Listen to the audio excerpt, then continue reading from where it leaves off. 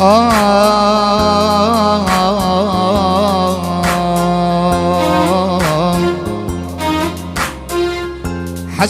kaldı gönlümden özünü görüp, gözümün gözüne bir ömür takım.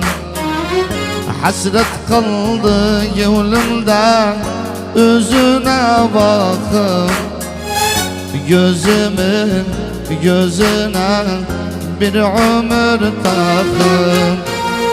Kız sensiz bitmeli hasretim akım. Kız sensiz bitmeli hasretim akım. Aklımdan fikrimden bir gün çıkmadı. Hasret kaldı gönlümden elim sıkmadı.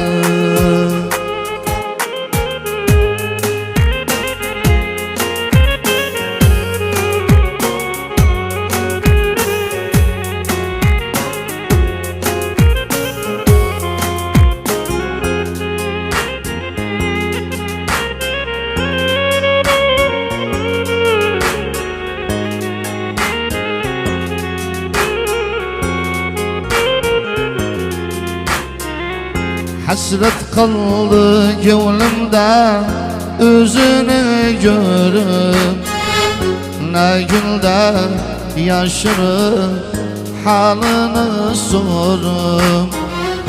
Hasret kaldı gönlümde özünü görüp, ne gülde yaşırıp halını sorup.